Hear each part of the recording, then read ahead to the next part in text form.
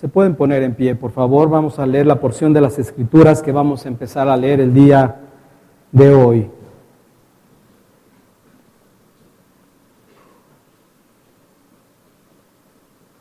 Primera de Timoteo, capítulo 1, versículo 1 y versículo 2. Primera de Timoteo, versículo 1 y versículo 2, dice así la palabra del Señor.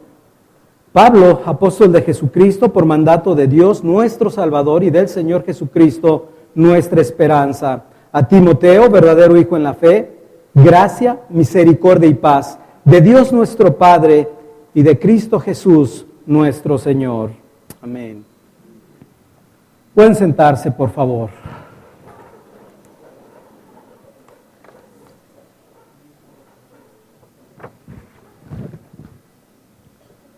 Como pueden observar o como pueden haber escuchado, el día de hoy, por la gracia de Dios, se nos permite estudiar una nueva epístola, la epístola de Primera de Timoteo. Esta epístola de Primera de Timoteo, junto con Segunda de Timoteo y Tito, se les conoce como las epístolas pastorales. Tanto Timoteo como Tito tenían responsabilidades de supervisar las iglesias locales. Timoteo particularmente estaba a cargo de la iglesia de Éfeso. Esto lo podemos ver en el versículo 3, si todavía está abierta la escritura, donde dice: ¿cómo te rogué que te quedases en Éfeso? Así que particularmente se encuentra en la iglesia de Éfeso, aunque recordemos que también aprovechaban y supervisaban iglesias que se encontraban en Asia Menor. Por su parte, Tito estaba en la iglesia de Creta, como lo recordamos en el primer capítulo, versículo 5. Ambos tenían una función cercana a la de los apóstoles, pero menor en dignidad a la de estos. Pero a su vez eran mayor en dignidad a la función de los pastores. Dicho de una manera muy sencilla, están los apóstoles, están los evangelistas, o ahorita veremos, delegados apostólicos, y están los pastores y maestros. Si pudiéramos ver gráficamente la estructura, sería esta. De modo que ellos, como evangelistas, ocupaban un lugar muy especial como auxiliares, o también se les conocía como delegados, o lugartenientes apostólicos. Este no fue solamente el caso de Timoteo y Tito, sino puede ser Lucas, Marcos, Felipe, entre otros. Además, estas cartas también se le conoce como epístolas pastorales, porque tenían como uno de sus propósitos más importantes el establecimiento de pastores en las iglesias locales. Y aunque es cierto que describe de manera en que deben de vivir todos aquellos que han sido llamados para el ministerio, esto es, pastores y diáconos, sin embargo también contiene instrucciones específicas con respecto a la conducta de los demás miembros de la iglesia. Por lo anterior, o diríamos, por lo tanto, creo que la exposición de esta carta será de gran edificación para seguir consolidando la iglesia Gozo Soberano. Cuando uno piensa en las epístolas pastorales puede pensar en el liderazgo de la iglesia, pero no, incluye realmente a los miembros, incluye también a todos los miembros, y no solo aquellos que puedan llevar también en un momento dado algún tipo de liderazgo dentro de la iglesia. O también algunos podrían pensar que es para aquellos que quizás en el futuro el Señor los llame al ministerio. Mucho más amplio que eso, para todos y cada uno de los miembros de esta iglesia. Pero también esta carta es de suma importancia. Estas cartas son de suma importancia porque forman parte del canon de las Escrituras. Segunda de Timoteo, capítulo 3, versículo 16, dice: toda la Escritura es inspirada por Dios y útil para enseñar, para redarguir, para corregir, para instruir en justicia, a fin de que el hombre de Dios sea perfecto, enteramente preparado para toda buena obra. Ahora bien, vamos a ver algunas de las razones por las cuales debemos de estar atentos para escuchar y para estudiar estas epístolas pastorales. Número 1, encontramos instrucciones muy claras con respecto a la importancia, y quiero que pongas atención, la importancia de la administración y el gobierno de la iglesia. Tema poco frecuente en medio de las iglesias. No es usual que se trate de temas tan profundos como es la administración y el gobierno de la iglesia. Pero este es uno de los principales propósitos que tiene el apóstol Pablo, y esto lo podemos ver a la luz de la primer carta, capítulo 3, versículo 14, donde dice Pablo a Timoteo: entre tanto voy, dice, ocúpate de la ley. Perdón, dice...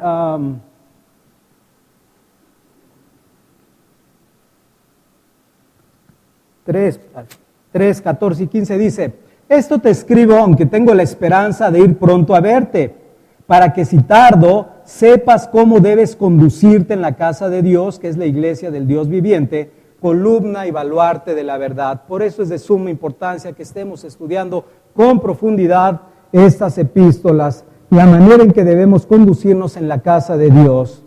Decía, es algo sumamente descuidado en la mayoría de los grupos que tienen denominación evangélica.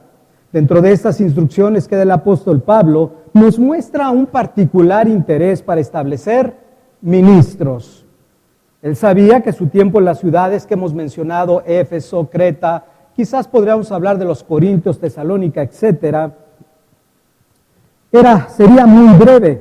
Así que junto con Bernabé iban a hacer los arreglos necesarios para que cada una de estas iglesias pudieran soportar o sostener el crecimiento de los creyentes de todas aquellas iglesias que se habían fundado recientemente bajo el ministerio de Pablo, constituyendo así ancianos en cada una de ellas. Y esto lo podemos ver a la luz del libro de los Hechos, capítulo 14, Hechos capítulo 14, versículo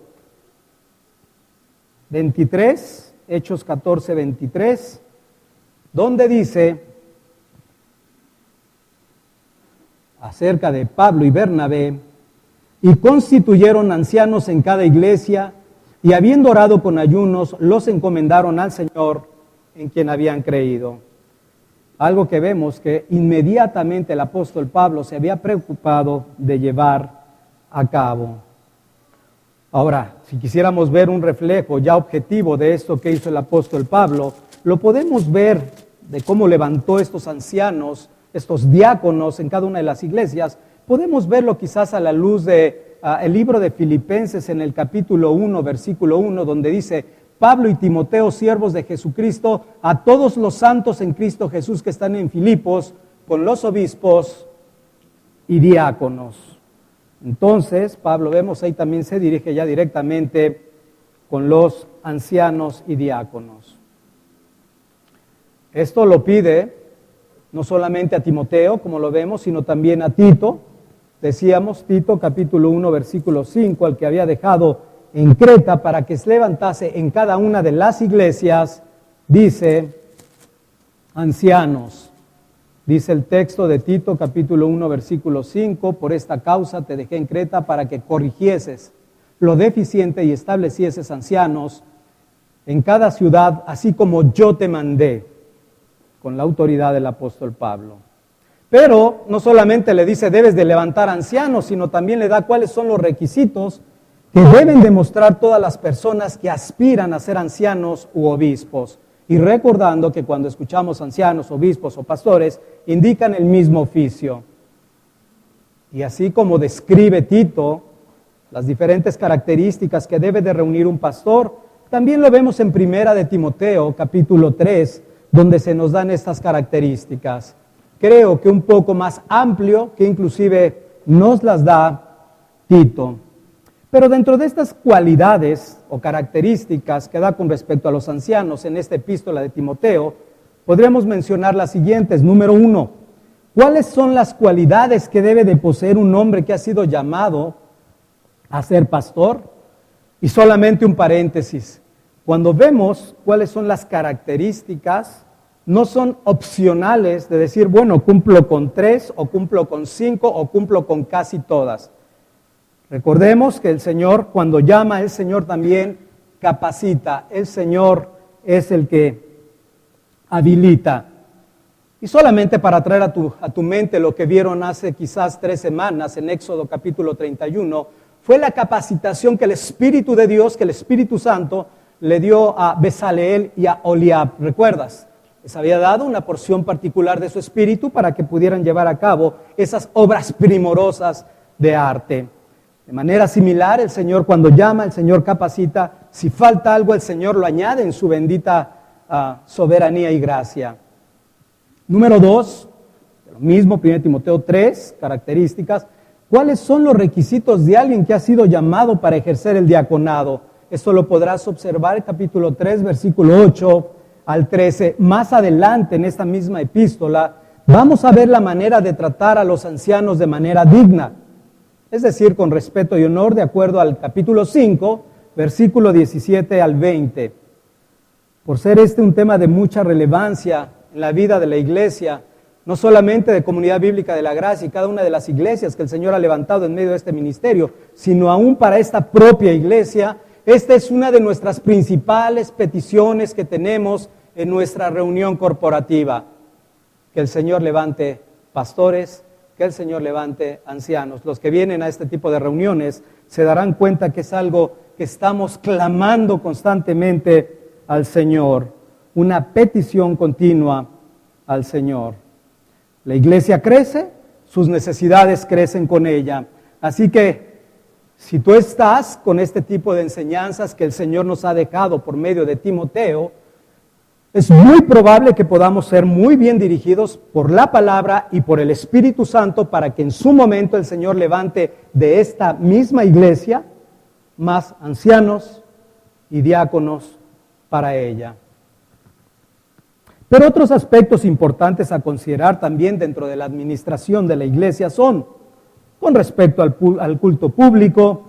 Número 2, con respecto a la participación de las mujeres en la obra de la iglesia. Esto lo puedes observar en el capítulo 2, versículo 9 al 12. Con respecto al cuidado y sustento de las viudas, capítulo 5, versículo 9 al 16. Con respecto a los pobres, ¿quiénes son los que se deben hacer cargo de los pobres? Capítulo 6, versículo 17 y 19. Ese sería un primer aspecto por el cual es importante que estudiemos esta y estas epístolas pastorales.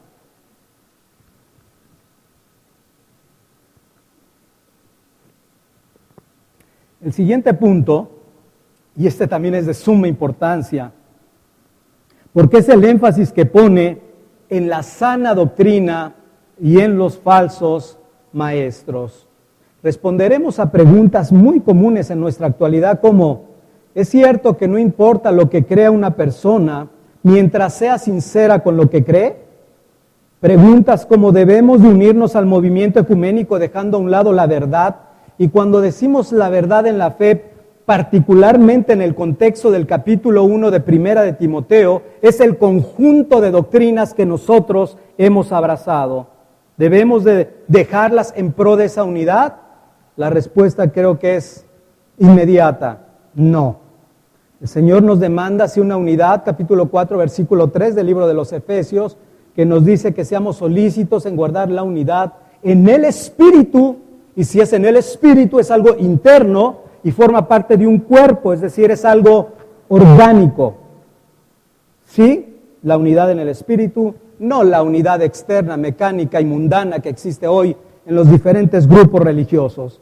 Veremos asimismo entonces que a lo largo de las 3 cartas se hace un frente común en contra de las mismas falsas doctrinas. Algunas de estas con un fuerte contenido trasfondo judío, haciendo referencias, como tú recordarás si has leído toda la epístola una y otra vez, a esos falsos o aquellos que quisieron hacerse a sí mismos doctores de la ley, los de la circuncisión, luego menciona, o a las contiendas y discusiones acerca de la ley. Así también hace una firme advertencia contra lo que es falsamente llamada ciencia. Esto en el capítulo 6, versículo 20. Vamos también a aprender cosas muy interesantes, necesarias para la vida orgánica de una iglesia. cómo se debe de enfrentar y disciplinar, escúchalo bien, cómo se debe enfrentar y disciplinar a los herejes y a los divisores. ¿Cómo se debe de tratar con ellos? Pablo nos lo expone. Por eso Pablo veremos la urgencia que tiene para capacitar a Timoteo y a las demás iglesias. Con cuánta prontitud se debe de ejercer la disciplina en estos casos. ¿Cuál es el propósito de poderla ejercer? Y más adelante, conforme desarrollemos la introducción de los 2 primeros versículos, vas a entender algo. Oh, veo que verdaderamente el apóstol Pablo tenía una urgencia. Ten cuidado con la iglesia, Timoteo. Había una urgencia sumamente clara en lo que está mostrando Pablo. Ahora, todo esto nos va a llevar a algo.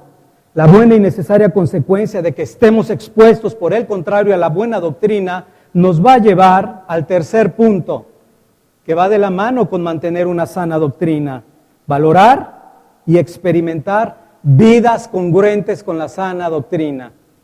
Sana doctrina, y lo hemos dicho una vez, con una vida piadosa, congruente a la sana doctrina. Eso es lo que Pablo nos va a ir enseñando a lo largo de esta y de estas epístolas. Ahora, no solo dentro del liderazgo de esta iglesia deben vivir vidas irreprensibles, no solo el liderazgo dentro de la iglesia deben de caracterizarse por vivir vidas irreprensibles. Esto lo digo a la luz de 1 Timoteo 3, el que sea irreprensible, igual que el diácono, que sea irreprensible. O sea, si es cierto, en primer lugar debe de ser para los pastores, los ancianos, los obispos, porque es un principio desde el Antiguo Testamento que el reflejo del sacerdote va a ser el reflejo del pueblo. Tal es el sacerdote, tal es el pueblo. Si el sacerdote es corrompido, mundano, etcétera, pues lo más seguro es que el pueblo va a ser de la misma manera. El sacerdote sí se debe de caracterizar por una conducta de amor, fe, pureza, siendo ejemplo de los creyentes, pero también cada uno de los que hoy forman parte de la iglesia, particularmente de Gozo Soberano, y algunos otros, además de todo, participan en algún ministerio. Debes de evaluar tu propia piedad a la luz de estas epístolas pastorales. La conformación a la imagen del Señor Jesucristo es igual que como cuando hablábamos acerca de la armadura de Dios. No solamente es algo que se usa individual, sino se usa como todo un cuerpo. Es responsabilidad de todos y cada uno de nosotros seguir conformando la iglesia a la imagen del Señor Jesucristo. Es mi deseo también que a través de la comprensión de esta carta contribuya al crecimiento, a la madurez espiritual del liderazgo de esta, y que nos permita hacer una evaluación, como Pablo le dice a Tito, diciendo, hay que corregir lo deficiente que hay ahí. Hay que corregir lo deficiente que hay en cada uno de nosotros. Una vez que corrijamos lo deficiente que podamos tener cada uno de nosotros, vamos a poder ser luz y sal para cada uno de nuestros hermanos, para ayudarlos a su santificación también. Poder expresar quizás las palabras que Pablo da a Filipenses en el capítulo 4, versículo 9, cuando dice, lo que aprendisteis de mí, recibisteis y oísteis y visteis en mí, esto haced. Y el Dios de paz estará con vosotros. Entonces corregimos todas aquellas deficiencias en cada una de las áreas que el Señor nos muestre, y después de esto vamos a hacer de mucha edificación para nuestros hermanos. Ahora vamos a ver algunos aspectos ya particulares de Primera de Timoteo, como lo es el contexto histórico, quién es el autor y el destinatario de la epístola.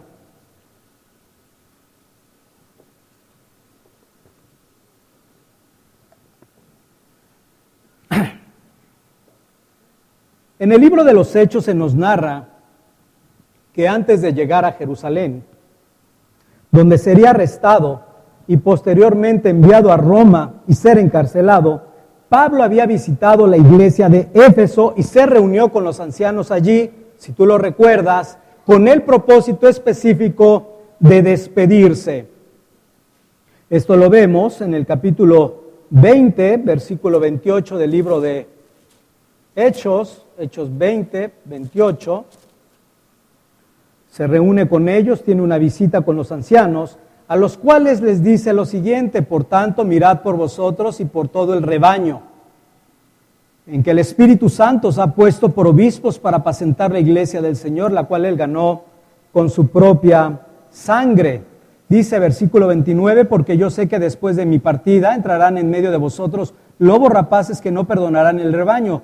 Dice, y de vosotros mismos se levantarán hombres que hablen cosas perversas para arrastrar tras sí a los discípulos. Vemos que unos cuantos años más adelante, lo que Pablo había profetizado a estos ancianos que se encontraban en Éfeso, finalmente se cumple. Y algunos de ellos se levantaron como estos falsos maestros. Falsos maestros que estaban ya liderando la iglesia de Éfeso. Y Pablo le escribió a Timoteo para animarlo, para que permaneciera fiel al Evangelio y que pusiera en orden a la iglesia. La tarea que Timoteo iba a llevar a cabo, como lo veremos más adelante, no es nada fácil. Y solo voy a hacer un pequeño paréntesis. ¿Por qué no es nada fácil? A veces es más sencillo dejar que las cosas pasen y caminen de un lugar hacia el otro sin que tú hagas nada, o de aquí para allá y solamente observar, a que en lugar de lo que manda Pablo a Timoteo, actúa y defiende el Evangelio, actúa y defiende la grey que el Espíritu Santo ha puesto por obispos delante de ti. A veces es arduo el trabajo y podrías llegar a la tentación de decir, ya déjalo pasar, déjalo así. Pero Pablo le dice a Timoteo, es necesario que yo te anime, es necesario que recuerdes que aún por imposición de manos has recibido este mandato, Dios te ha mandado. Por eso Pablo está muy puntual en tratar de animar y exhortar a Timoteo a que siga fiel, que siga adelante, que no desmaye. Oye, ¿difícil a qué? Difícil a lo que iba a enfrentar contra estos falsos maestros. Aunque no tenemos la certeza dónde fue redactada esta carta, lo más probable es que fue escrita en Macedonia. De manera implícita, así nos lo sugiere el versículo 3. Ahora lo volvemos a leer, 1 Timoteo, capítulo 1, versículo 3. Como te rogué que te quedases en Éfeso cuando fui a Macedonia. Hasta ahí dejamos la lectura. Entonces la implicación es que pudo haber sido escrito en Macedonia, dice, para que mandase a algunos que no enseñan diferente doctrina. Así entonces, después de haber estado con Timoteo en Éfeso, habiendo, y eso es interesante, habiendo observado los diferentes problemas que se estaban llevando a cabo en la iglesia, deja este joven y amado colaborador y después él se marchó para Macedonia. Eso es lo que nos permite ver en cuanto al contexto histórico. Pero después de esto también vemos o tratamos de indagar por todas las evidencias bíblicas cuándo fue escrita esta carta. Y vemos que este viaje particularmente de Pablo hacia Macedonia no está registrado en el libro de los Hechos. Es por esto, que lo más probable es que después de haber sido liberado de su primer encarcelamiento en Roma, Pablo escribió esta carta durante sus posteriores actividades misioneras. No solamente esta carta, también escribió la de Tito, después que salió de su primer encarcelamiento. Ahora bien, si consideramos que el Señor contestó la oración del apóstol Pablo, la oración que el apóstol Pablo tenía de estar algún día en la iglesia de Roma, como lo podemos ver en el capítulo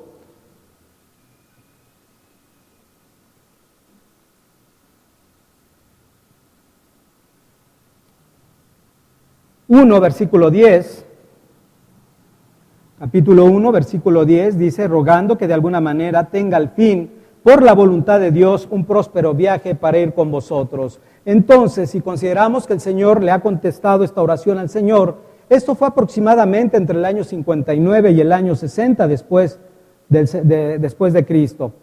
De acuerdo al relato del libro de los Hechos, capítulo 28, versículo 30, Pablo permaneció alrededor de 2 años en un departamento que se había alquilado como recluso.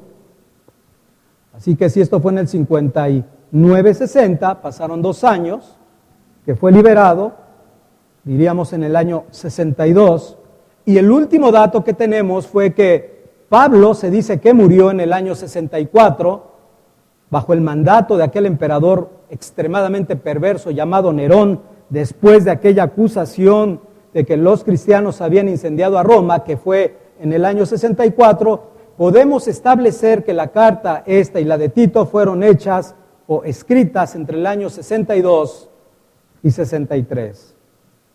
Con respecto a la adopción en el canon, esta carta posteriormente fue citada por Policarpo, por Atenágoras y autores posteriores, y gozó de amplia consideración como obra de Pablo, y por supuesto fue agregada al canon de las Escrituras. Ahora, con respecto al escritor, ¿quién es el escritor de esta epístola? Dice el versículo 1 en la primera parte: Pablo, apóstol de Jesucristo, por mandato de Dios nuestro Salvador. Como era su costumbre, el remitente menciona el nombre, su nombre, y después el destinatario, es decir, Timoteo, le escribe a Tito. Así que Pablo se identifica como el escritor de esta carta. Es interesante ver que esta primera epístola a Timoteo, Pablo utiliza una salutación muy formal, a diferencia de otras salutaciones o saludos iniciales en la carta. Vemos la formalidad con la cual Pablo inicia la carta, y cuando decimos diferencia a Filemón, ve las palabras que le dice Pablo a Filemón para darnos una idea de a qué nos referimos con respecto a la diferencia que hay con respecto al saludo que hace a él. Dice: Pablo, prisionero de Jesucristo, y el hermano Timoteo, al amado Filemón, colaborador nuestro. Ahora, esto es interesante que lo tomemos en cuenta, porque estamos viendo que la epístola tiene algunas urgencias que Pablo quiere transmitirle a Timoteo. Entonces vemos que sí hay una diferencia en cuanto a la manera que entra, la manera en que se presenta con este colaborador. A pesar de que Pablo realmente tenía una relación mucho más profunda, mucho más íntima con Timoteo, lo saludó mucho más formal que a Filemón. Eso tenía un propósito, decíamos, poder añadir un peso específico a las palabras de aliento que le estaba dando Pablo a Timoteo en esta carta. Aun cuando el tono de ella es muy cordial, aun cuando un amigo le está escribiendo a un amigo, sin embargo no era una carta cualquiera para Timoteo. Timoteo debería de entender algo. Ciertamente hay una amistad, hay un afecto, pero también soy Pablo, apóstol del Señor Jesucristo. Es decir, era necesario que el sello estuviera dentro de la salutación. Pablo, apóstol de Jesucristo. Apóstol como alguien que ha sido enviado, es su significado, particularmente en el contexto, corresponde a los apóstoles que han sido llamados, comisionados por el mismo Señor Jesucristo. Grupo pequeño que estaba formado por los 12, que recordarás, pero incluimos también a Matías, aquel que había reemplazado a Judas, quien había demostrado ser un verdadero hijo del diablo, como lo dice Juan en el capítulo 6, versículo 70. Otros también, y que están incluidos dentro de este pequeño grupo, es Pablo mismo y Santiago, el medio hermano del Señor Jesucristo. Posiblemente habrá alguien más. Todos ellos habían sido elegidos, todos ellos habían sido comisionados por el Señor personalmente, pero además habían sido testigos presenciales de la resurrección del Señor Jesucristo y dotados del Espíritu de Dios en una medida especial para hacer prodigios y señales. Por lo tanto, cuando Timoteo leyera que los obispos, o te diría yo, cuando Timoteo estuviera leyendo la carta con las instrucciones que Pablo le da, ya trae en la mente que no es cualquier carta, que son instrucciones específicas que él quiere que le dé una importancia muy alta. Por ejemplo, cuando oiga con respecto a los ancianos, y que escuche: es necesario que el anciano sea irreprensible, marido de una sola mujer, sobrio, prudente, hospedador, etcétera, etcétera, etcétera.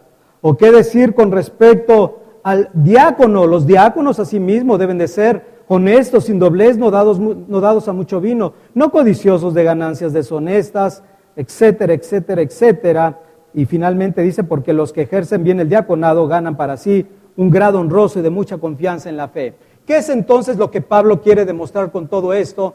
Que no eran ocurrencias solamente de él en un momento dado para dar una descripción de todas estas características que deberían de reunir pastores, diáconos o aún las instrucciones de que la mujer no debe de predicar en la congregación. Timoteo debería de entender entonces que Pablo estaba hablando y transmitiendo la voluntad de Dios. Pablo estaba transmitiendo la voluntad de Cristo. Es lo que quiere transmitir esa pequeña palabra que quiere mostrarle a Timoteo. Pablo, apóstol de Jesucristo. Esto mismo manda a Tito. Continúa diciendo en el pasaje del primer versículo, en la segunda parte de la primera carta a Timoteo 1, en la segunda parte dice, por mandato de Dios nuestro Salvador y del Señor Jesucristo, nuestra esperanza. Pablo confirma que su apostolado es por mandato de Dios, porque nadie puede constituirse a sí mismo como un apóstol, sino solamente por voluntad de Dios. Aquel que ha sido nombrado por Dios mismo, y esto lo recordamos en el libro de Efesios capítulo 4, versículo 11, donde dice la Escritura que Él mismo constituyó a unos apóstoles, a otros profetas, a otros evangelistas y a otros pastores y maestros. Pero te das cuenta, no solamente le atribuye a Dios el Padre su apostolado, sino también le atribuye su apostolado al Hijo de Dios. Nadie debe de estar en una posición, en un ministerio, llámale, obviamente ya no está en uso lo que es el apostolado, pero hablando particularmente del liderazgo que hoy sí nos corresponde, que es el pastorado, nadie debe de estar en este ministerio a menos que tenga la seguridad que Dios lo ha llamado. Si no hay una seguridad que Dios ha llamado, es muy importante que entendamos la responsabilidad que tenemos como iglesia. ¿Cuál es la responsabilidad que tenemos como iglesia si alguien no ha sido llamado al pastorado? Es evitar que una persona llegue a esa posición. Eso es lo que debemos hacer. ¿Qué debemos hacer? Debemos seguir orando y rogando al Señor de la mies que envíe obreros a su mies, como dice el libro de Mateo 9:38. Y recordemos, son llamados hechos directamente por Dios. Veíamos nuevamente, recordando en el libro de los Hechos, capítulo 20, versículo 28, cuando Pablo le dice a los ancianos, mirad por vosotros y por todo el rebaño en que el Espíritu Santo ha puesto por obispos. ¿Quién hizo el llamado? Nuevamente lo vemos en este versículo. Dios es el que hace el llamado. ¿Por qué es importante que entendamos y tengamos presente eso? Yo te decía que es una de las cargas continuas dentro de la iglesia. En el ministerio de este grupo de iglesias han llegado personas de diferentes lados y a diferentes iglesias pidiendo que se les apoye en sus ministerios que ellos tienen. Algunos son el resultado de la división entre una iglesia y otra, y entonces llegan y dicen, bueno, de acuerdo a lo que el misionero que antes estaba aquí y se ha vuelto a su país de origen, él me dijo que quizás sea la voluntad de Dios que yo sea llamado al pastorado. No es así. No puede ser así un llamado al pastorado. Eso fue en la Ciudad de México. Otro en Toluca, te enteras de que te dicen, ha fallecido el pastor principal, pero el diácono o el segundo es el que va a quedar a cargo como pastor. Y quisieran ver si pueden platicar con nosotros. No podemos apoyar y respaldar eso. ¿Sí queda claro? Por eso es importante entender que el llamado viene directamente de Dios. Pero hay otros que dicen, no, yo sé que el Señor me ha llamado. Si nosotros vemos a la luz de la Escritura, el Señor primero pone un querer como el hacer por su buena voluntad, aunque siempre va a pasar como Moisés o como Jeremías. Yo no sé hablar, soy torpe de habla, soy un niño, yo no, Señor. Esa es la realidad. Muchas veces hay ese sentimiento de lucha en el corazón de alguien que ha sido llamado. Se siente inútil, lejos de sentirse alguien totalmente eficiente y suficiente para estas cosas. Eso no creo yo. Yo creo lo que alcanzo a ver. Pero lo que vemos en Hechos capítulo 6, versículo 3, es que Pablo manda que busquen hombres de buen testimonio y llenos del Espíritu Santo.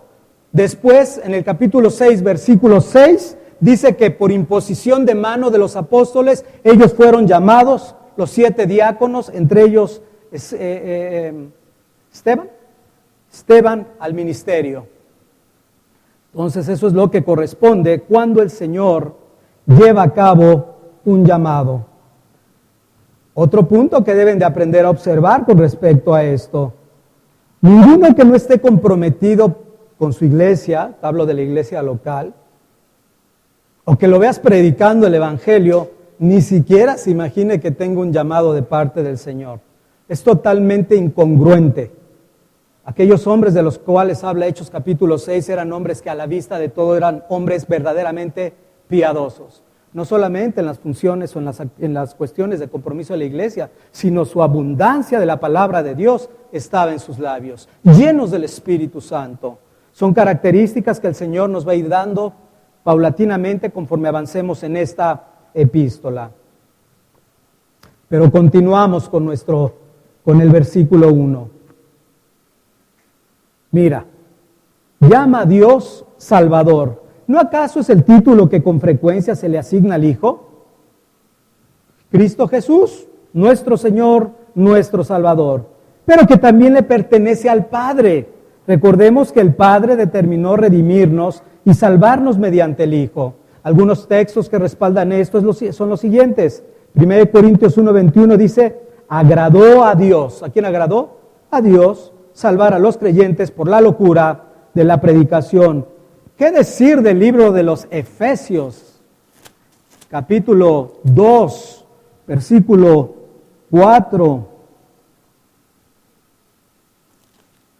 Dice, pero Dios, nuevamente Dios, que rico en misericordia por su gran amor con que nos amó, aun estando muertos en nuestros pecados, nos dio vida juntamente con Cristo. Por gracia sois salvos. Versículo 8, porque por gracia sois salvos por medio de la fe, y esto no de vosotros, pues es don de Dios. Así que es totalmente correcto que le llamemos a Dios nuestro Salvador. A Dios nuestro Salvador. Él es el que nos eligió, nos predestinó y nos adoptó para ser hijos suyos por medio de Jesucristo. Pero también dice, y Cristo nuestra esperanza. Cuando nosotros miramos a Cristo, y cuando decimos mirar, ¿qué significa? Que por cierto, volvemos a animar, como lo dijo el hermano Guillermo, la confesión de fe que está hablando acerca del Evangelio, de estar conociendo más a aquel mediador, para poder entender más las riquezas de lo que implica el amor de Dios por medio de Jesucristo en la cruz del Calvario. Vengan a las 10:30. Vale la pena que sigan iluminando sus corazones, por si quizás Dios les conceda la salvación. Y aquellos que no son cristianos, yo te digo algo, estudiando particularmente el párrafo 4, mis entrañas fueron conmovidas de recordar la obra del Señor Jesucristo en mi propia vida.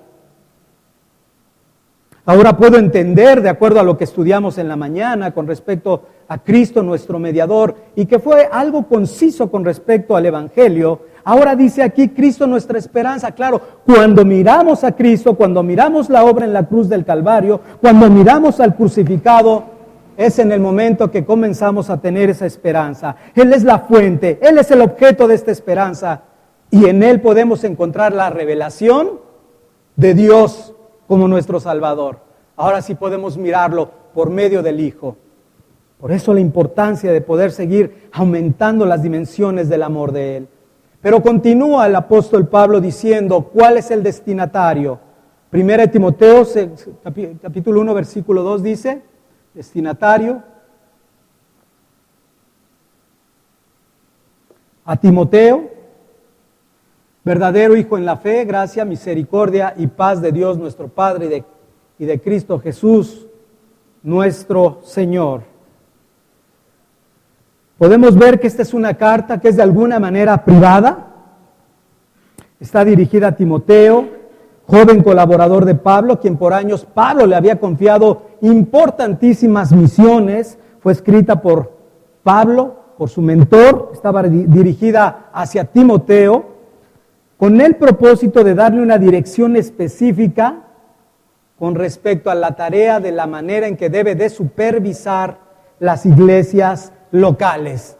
¿Cómo debe de supervisar las iglesias? Ahora, cuando hablamos que es una carta privada, una carta personal, en cierta forma, lo podemos implicar por diferentes textos que encontramos a lo largo de la carta. Por ejemplo, cuando vemos que le dice, hijo Timoteo, capítulo 1, versículo 18, te escribo estas cosas esperando ir a ti pronto, capítulo 3, versículo 14. No permitas que ninguno tenga en poco tu juventud, capítulo 4, versículo 12 de esta epístola. Ya no bebas agua sola, capítulo 5, versículo 23. Todos estos aspectos nos permiten ver la parte personal de la carta. Sin duda, y aquí hemos visto a alguno de los colaboradores, que es Tíquico. Sin duda alguna hubo muchos grandes colaboradores del apóstol Pablo, hablando de Epafras, de Marcos, hablando de Lucas, Tíquico, Epafrodito, pero posiblemente nadie como Timoteo. Era el compañero más cercano del apóstol Pablo y una de las personas más relevantes en el desarrollo de su ministerio. ¿Por qué te digo esto? Porque podemos observarlo también al concluir el número de veces que es mencionado Timoteo en las diferentes epístolas de Pablo. Por ejemplo, vemos que en 6 de las 13 veces aparece formando mancuerna o entra dentro de la salutación o los saludos de Pablo y Timoteo saludando a los santos de tal o cual iglesia. Por otro lado, también vemos que es mencionado en el libro de Romanos, vemos que es mencionado en 1 Corintios, y también vemos que hay 2 cartas particularmente dirigidas a él. Y si decimos en suma, de las 3 epístolas paulinas, en 10 aparece Timoteo. Eso nos debería de llevar a pensar algunas cosas con respecto a esto. Primeramente, estar meditando, quizás es probable que Timoteo sí era el ayudante más confiable del apóstol. Era un hombre que era fiel, pero ¿cuál era una de las características más importantes en las cuales Pablo podía descansar en Timoteo? ¿Sabes cuál era? El ministerio de la palabra. Era una de las áreas que Pablo podía tener completa paz con respecto a él, porque el ministerio de la palabra era vital para la conformación, para el establecimiento, para el crecimiento propio de las iglesias. Y no solamente eso, con el conocimiento bíblico que tenía Timoteo, podía contrarrestar evidentemente las falsas enseñanzas. Podía comprenderlo con claridad. De Timoteo también sabemos que era relativamente joven, probablemente menor a los 40 años. Pablo le instruye, no permitas que nadie menosprecie tu juventud. Segundo lugar, podemos también deducir que Timoteo era algo tímido, lo cual se puede apreciar en la segunda carta, capítulo 6, segunda de Timoteo, capítulo 6, versículos 6 y 7.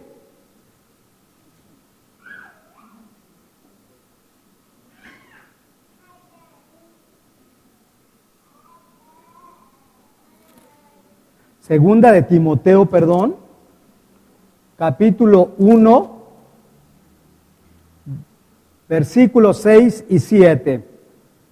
¿Por qué vemos que Timoteo era algo tímido? Fíjate lo que dice aquí. Por lo cual te aconsejo que avives el fuego del don de Dios que está en ti por la imposición de mis manos. Porque no nos ha dado Dios espíritu de cobardía, sino de poder, de amor y dominio propio. Era una exhortación que era necesario que Timoteo tuviera presente.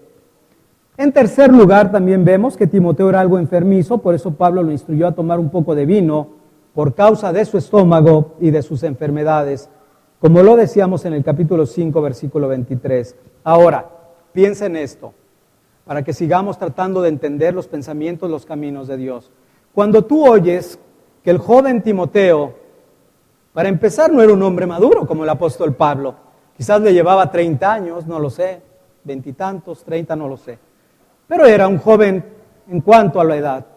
Por otro lado, de acuerdo a las características, vemos que era tímido y finalmente enfermizo. Humana o de acuerdo al mundo, este hombre calificaría también para ser un hombre que le dieras una posición de liderazgo y autoridad. ¿Podría aplicar? La respuesta es no. Si alguien viera esa debilidad, esa juventud y esa timidez, por supuesto que dirías, no hombre, este muchacho no aplica. Sin embargo, podemos decir lo que dice el Señor, pues lo débil del mundo escogió Dios para avergonzar lo fuerte, porque Dios es glorificado, el poder de Dios, se glorifica en la debilidad. A veces cuando ven a nuestros jovencitos predicar, alguno podría decir, pues está bien niño el que está predicando, y es lo primero que ven, que observan, pero después pueden ver la gracia de Dios obrando a través de ellos. Y eso es experimentar verdaderamente lo que dice la Escritura. Y yo no dudo que dentro de nuestras iglesias, dentro de, no sé cuál, porque yo no dirijo al Señor, pero se van a levantar jóvenes con características de este tipo. Débiles, tímidos, enfermizos y sobre todas las cosas tienen una característica todos. ¿Sabes cuál es? Temerosos de Dios. ¿Quieres ver la característica de todos ellos? Platica un ratito y vas a ver. Se llaman temerosos de Dios. Y llámale de todas las iglesias que vienen, Todos esos muchachos son temerosos de Dios. Entonces, eso es lo que Dios utiliza. Pero decíamos que Pablo lo tomó como alguien sumamente confiable y lo puso en un ministerio clave, liderar las iglesias que se estaban fundando. Pablo sabía que Timoteo, como lo decíamos, estaba cimentado en la palabra de Dios. ¿Recuerdas? Desde muy pequeño él aprendió las sagradas escrituras, los cuales lo iban a hacer sabios para que él ganara su salvación y la de otros, le dice Pablo. Así que era este conocimiento, era la entrega a la palabra de Dios que hacía que Timoteo fuera un ministro poderosamente utilizado por Dios. Y uno en quien Pablo tenía total confianza. Vamos a ver por qué podemos ver esa confianza tan plena y tan clara del apóstol Pablo. Filipenses capítulo 2, versículo 19. Filipenses 2, versículo 19.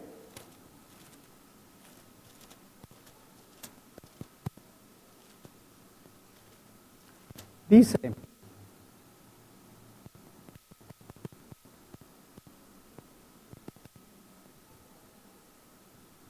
espero en el Señor Jesús enviaros pronto a Timoteo, para que yo también esté de buen ánimo al saber de vuestro estado, pues a ninguno tengo del mismo ánimo, y que tan sinceramente se interese por vosotros. Y viene la exhortación, ¿recuerdas? Porque todos buscan lo suyo propio, no lo que es de Cristo Jesús.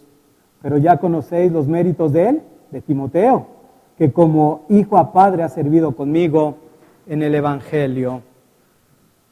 Creo que es muy claro lo que Pablo nos quiere transmitir con respecto a su hijo Timoteo. Después de entender nuevamente cuál es el carácter de Timoteo, podría resumir algo muy sencillo. Ahora no estoy hablando que necesariamente un joven menor de tal edad es el que Dios va a levantar. Claro que no. Nosotros anhelamos que sea una pluralidad de ancianos y de diferentes edades, que sea algo conforme al corazón del Señor solamente.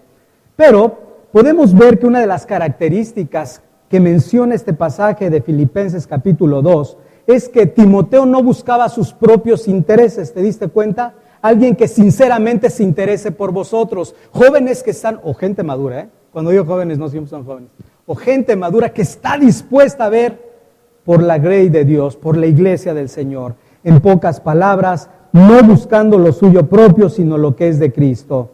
Por eso hemos dicho, ¿cómo quieres saber si Dios realmente te está usando como debe usarte? Si no estás haciendo lo que debes de hacer. Si estamos más preocupados en nuestros propios asuntos que en los asuntos del Señor. El joven Timoteo, lo decíamos, tímido, enfermizo, tenía una prioridad más que estarse quejando de sí mismo y de su condición. ¿Cuál era la prioridad? Los asuntos del reino. Esa era la prioridad de Timoteo. Si estaba débil, si era joven, si era enfermizo, no lo sé. Lo que sí sé es que él estaba dispuesto aún a dar su propia vida. Ahora alguien podría decir, oye, alguien me dijo erróneamente, es que él era el apóstol Pablo en un contexto fuera de contexto. Y alguien puede decir, bueno, él era lugarteniente apostólico y quizás por eso él debió haber hecho todo lo que hizo. No, bíblicamente hablando no. Mateo 6:33 nos dice a cada uno de los miembros, más buscad el reino de Dios y su justicia y todo lo demás será y todas estas cosas, le dice el Señor, os serán añadidas. Así que esto es para cada uno de los que están en esta iglesia. Si quieres conocer con más claridad cuál es tu llamado, debes de aprender a escudriñar tu corazón. ¿Cuáles son tus afanes? ¿Cuáles son tus deseos? ¿Qué es lo primero que piensas al levantarte? ¿Hacia dónde diriges la mayor parte de tus esfuerzos? Y eso te va a empezar a dar una idea. Por otro lado, si eres de aquellos que no están dispuestos a sacrificar intereses, metas, tiempo, dinero, descanso, privacidad, etcétera, etcétera, por supuesto el llamado tampoco es para ti, no te preocupes, no es para ti. Esto es para alguien que no busca lo suyo propio, sino busca lo de Cristo Jesús. Pero también te dije hace rato, ¿qué sucede entonces cuando te preocupas y dices, es que veo que mis cualidades y mis características son muy limitadas? Oh, gloria a Dios, porque entonces podemos entender la manera en que un Moisés fue utilizado y un Jeremías fue utilizado. No digas tú qué vas a hacer por Dios, solamente espera que Dios puede hacer a través de ti. Eso es lo que magnifica, lo que potencializa nuestros muy pequeños y pequeños esfuerzos. Así entonces, después continúa hablando Pablo en el pasaje del versículo 2 y le dice, verdadero hijo en la fe. Sin duda alguna, Pablo empezó a apreciar los frutos con perseverancia de la conversión del apóstol Pablo. ¿Lo puede llamar por eso? Un verdadero hijo en la fe. Pablo era el padre espiritual de Timoteo. ¿Por qué padre espiritual?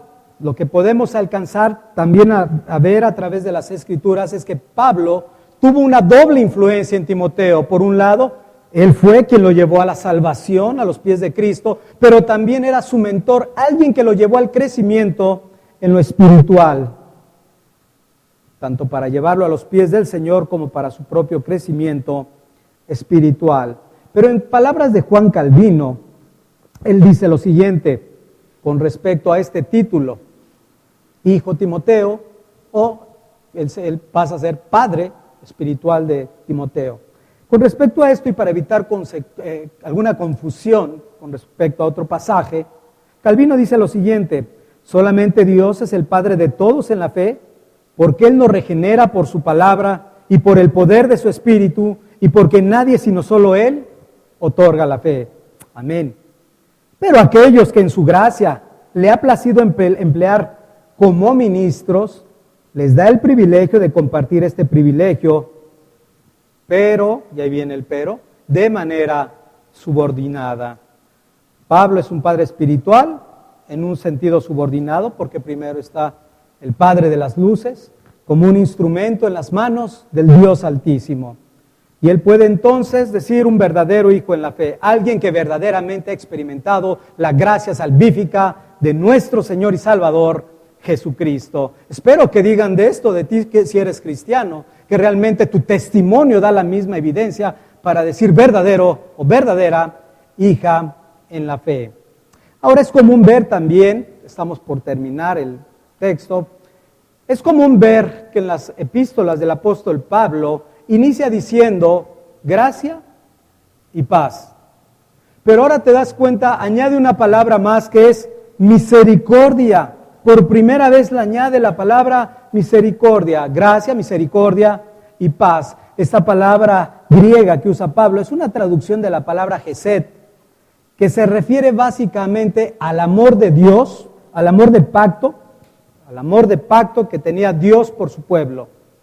Se refiere al amor de pacto que tenía Dios para con su pueblo. Y en los escritos de Pablo, cuando utiliza esta palabra específica, gesed, aquí lo pone misericordia,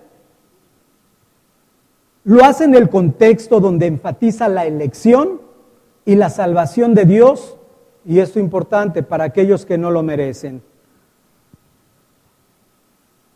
enfatiza la elección y la salvación de Dios para aquellos que no lo merecen. Más adelante el mismo Pablo va a utilizar esta frase en el versículo 16 del capítulo 1, donde dice: pero por esto fui recibido a misericordia, para que Jesucristo mostrase en mí el primero toda su clemencia, para ejemplo de los que habían de creer en él para vida eterna. Todo ese pasaje de la conversión de Pablo también está tremenda, está gloriosa para poder entender cómo se da ese amor de pacto, ese amor filial, ese amor fiel de pacto de Dios para con cada uno de sus escogidos. Eso es lo que Pablo está hablando particularmente. Pero ¿qué es lo que estaba tratando entonces de transmitir Pablo a la hora de ponerlo en la carta? Y es lo que tenemos que meditar. ¿Por qué Pablo agrega, la gracia sí, la gracia que hemos recibido por medio de la obra de nuestro Señor Jesucristo? Pero misericordia. Hemos dicho, Pablo tiene una urgencia, debe de traer a la mente algo importante. ¿Qué era importante que debe traer a la mente? Viene y se va a enfrentar contra una serie de hombres mayores que él, hombres que en ese momento eran ancianos. Pablo le quiere decir, tienes que recordar la misericordia que tú que formas parte de la iglesia, tú que formas parte del pueblo de Dios, has experimentado. Ese amor de pacto, Timoteo, es algo real en ti. Y era necesario que lo tuviera en la mente. Es necesario que Timoteo recordara ese amor fiel de parte del Señor. Si es cierto, iba a haber problemas. Si es cierto, había que enfrentar estos falsos maestros. Pero él debería de saber, no te preocupes porque el Señor es fiel a su pacto. Y es lo que quería enfatizar Pablo con Timoteo. La gracia, la paz, la misericordia que solo que provienen de Dios, nuestro Padre, que ya nos ha hecho hijos adoptados. Y de nuestro Señor Jesucristo, quien es el mediador y ha demostrado la gracia de Dios al entregarse por nosotros. Él es nuestra paz, Cristo Jesús es nuestra paz porque nos ha reconciliado con Dios. Ahora, solamente cuando alguien está en Cristo puede recibir estas bendiciones y esta misericordia que hemos hablado. Esta misericordia, o la traducción es este amor fiel de pacto de parte de Dios. Ahora, otra de las cosas comunes que vemos en las cartas del apóstol Pablo son los agradecimientos. Pablo continuamente empieza a hablar, si tú te das cuenta, y empieza a exponer a diferentes hermanos y empieza a dar diferentes agradecimientos o salutaciones largas. Pero particularmente en esta epístola, solo después de hablar de la gracia, misericordia y paz, inmediatamente pasa al asunto importante que le compete ahora. Le dice en el versículo 3, y por eso ya no repara en decir, tengo que hacer más saludos o más comentarios. Es momento de entrar a la médula del problema, Timoteo. Y le dice en el versículo 3, como te rogué que te quedases en Éfeso cuando fui a Macedonia, para que mandases a algunos que no enseñen diferente doctrina. Inmediatamente de la primera salutación viene cuál es el propósito que tiene, antes que nada, el apóstol Pablo. Es necesario callarles la boca a estos falsos maestros. ¿Ahora te das cuenta por qué la urgencia? ¿Ahora te das cuenta por qué era necesario que Pablo animara a Timoteo diciéndole, no te preocupes por tu juventud, no tengas temor, porque Dios nos ha dado el espíritu de cobardía, sino de poder? Tú sigue adelante, el Señor te ha mostrado su amor filial, su amor fiel, su amor de pacto que ha hecho contigo y que ha hecho con cada uno de los de su iglesia, para que entonces puedas llevar a cabo la tarea que te he encomendado, y que ya veremos un poquito después más profundamente con respecto a ellos. Pablo entonces sabía algo: la correcta enseñanza es vital para la vida y la estabilidad y la salud de la iglesia. La sana doctrina es vital para la vida, la estabilidad y la salud de la iglesia. Por eso Pablo más adelante declara que la iglesia está edificada sobre el fundamento de los apóstoles y de los profetas, y en pocas palabras está diciendo que la enseñanza es fundamental para su iglesia. Es por eso que ha mostrado tanta urgencia tratar estos asuntos con Timoteo. La iglesia está en pie o cae en su doctrina. Por eso, como lo hemos dicho, más adelante Pablo llama a la iglesia columna y baluarte de la verdad. Así que cuando hay un problema de falsa enseñanza, Pablo lo ve tremendamente serio, lo ve muy grave y no se detiene en agradecimientos, sino va directamente al asunto. Amén.